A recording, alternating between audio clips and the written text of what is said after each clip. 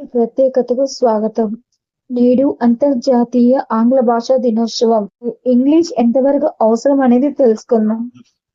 ప్రతి సంవత్సరం ఏప్రిల్ 23వ తారీఖున ఆంగ్ల భాష దినోత్సవంగా జరుపుకుంటాం.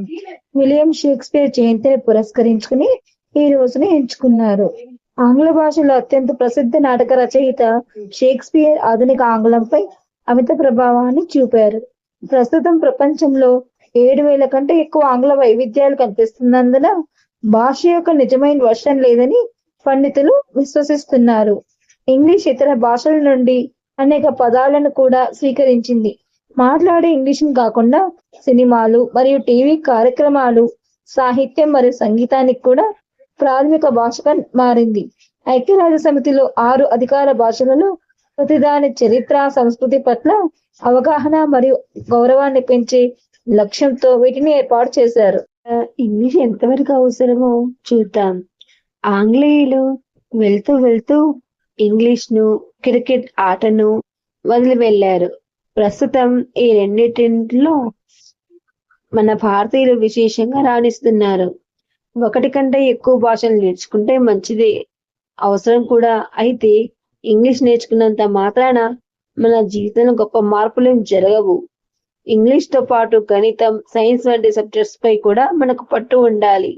భావ వ్యక్తీకరణ నైపుణ్యాలపై పట్టు ఉండాలి. ఇంగ్లీష్ ద్వారానే మనం స్థిరపడదాము అనుకుంటే మనం కనీసం 15,000 నుండి 20,000 వరకు పదాలు నేర్చుకోవాలి. ఇంగ్లీష్ సాహిత్యంపై పట్టు ఉండాలి. గ్రామర్ లో కూడా ప్రాథమిక అంశాలపై మంచి అవగాహన ఉండాలి. వేరే రంగాల్లో స్థిరపడాలంటే ఇంగ్లీష్ యొక్క సాధనంగా ఉపయోగపడుతుంది. అప్పుడు మనకి ఇంగ్లీష్ సాహిత్యంపై పట్టు అవసరం లేదు, వేలాది పదాలు నేర్చుకోవాల్సిన అవసరం లేదు. మాతృభాషపై మంచి పట్టు ఉండాలి. గ్రామర్ లో కనీస పరిజ్ఞానం ఉండాలి. వ్యాకరణంపై కంటే స్పోకెన్ స్కిల్స్ పై దృష్టి పెట్టాలి. తప్పులు దొర్లినా పర్వాలేదు, ఇంగ్లీష్ డిక్షనరీలో కీవర్డ్స్ ఉంటాయి, వాటిని దృష్టి పెట్టాలి. కనీసం ఒక ఇంగ్లీష్ దినపత్రికను ప్రతిరోజు చదవాలి. ప్రస్తుతం ఆంధ్రప్రదేశ్ లో 10వ తరగతి ఇంగ్లీష్ పాఠ్య పుస్తకంలో ఇంగ్లీష్ సాహిత్యం ఎక్కువగా ఉంది, పాఠాలు ఎక్కువగా ఉన్నాయి. వీటిని తగ్గించాలి. పాఠశాలలో స్పోకెన్ స్కిల్స్ కు ప్రాముఖ్యత ఇవ్వాలి. అదే తెలంగాణలో ఇంకా పాత సిలబస్ అమలు అవుతోంది. పాఠ్య పుస్తకాలు మన చరిత్ర తెలిసే విధంగా పాఠాలు ఉండాలి. గతంతో పోలిస్తే ప్రస్తుతం ఇంగ్లీష్ నేర్చుకోవడానికి అనేక మార్గాలు ఉన్నాయి. వీటిపై దృష్టి పెట్టాలి.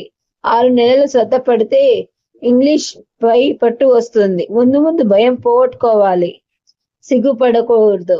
అన్నట్టుగా రేపు ఆంధ్రప్రదేశ్ లో 10 ఫలితాలు వస్తున్నాయి కదా. ఫలితాలు వచ్చాక సెలవుల్లో ఇంగ్లీష్ నేర్చుకోవడంపై విద్యార్థులు దృష్టి పెడితే మంచిది. ఈ వ్యాసం మనకు అందించిన వారు ఎం రామ్ ప్రదీప్ గారు, జన విజ్ఞాన వేదిక సభ్యులు, తిరువూరు.